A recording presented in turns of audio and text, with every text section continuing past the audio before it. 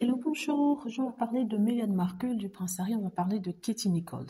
Vous savez que je parle beaucoup de karma quand il s'agit de Meghan Markle et que le karma frappe celles ou ceux qui les ont malignés d'une façon ou d'une autre. Donc, alors, ce que je voulais dire ici, j'ai l'impression que certaines personnes n'apprennent pas de leurs erreurs dans ce cas précis, mais de leur expérience. Ils ne tirent pas de la compassion. C'est-à-dire que si ils étaient méchants, horribles avant, et qu'après ils ont une maladie comme le cancer, ça ne leur apprend rien, ça ne leur donne pas plus de compassion, ça ne leur permet pas de voir la vie différemment. Je dis ça parce que une anti-Meghan, elle s'appelle Katie Nichols.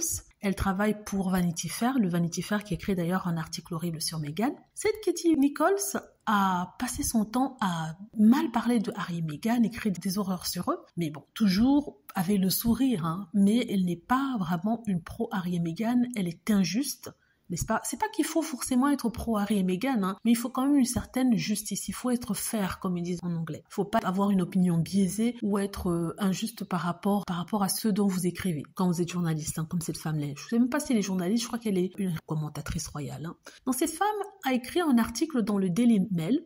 Et dans cet article, elle explique qu'en 2023, elle a eu le cancer. Je crois qu'il s'agissait d'un cancer du foie et que ça a été trouvé par hasard et que ça a changé sa vie. Elle a cru qu'elle allait mourir parce que le cancer du foie, c'est un cancer qui se développe assez rapidement. Et si on fait pas attention, on ne survit pas parce que c'est assez compliqué. Donc quand j'ai lu ça, je me suis dit, ah mais tiens, peut-être qu'elle a pu changer après ça, que ça a été une expérience traumatisante parce que tout cancer est quand même traumatisant. J'en parle par expérience. Hein. Mais non, parce que j'ai regardé les derniers articles, les derniers commentaires qu'elle a fait lorsqu'elle est interviewée sur la famille royale, c'est toujours qu'elle est magnifique, elle est gentille, elle est parfaite, le prince William aussi, mais Harry et Meghan sont pas terribles, sont pas gentils, sont contre la famille royale et elle continue par empiler la négativité quand il s'agit de Meghan Markle, du prince Harry. Elle n'est pas plus méchante que les autres, hein, parce qu'il y a pire. Il y a les Dan Wootton, il y a les Angela Levin, ces personnes-là sont horribles. Alors que celle-ci, elle est pas sympathique du tout, mais elle est pas horrible. Elle est de mauvaise foi, et c'est elle qui comporte les rumeurs, les ceci, les cela sur les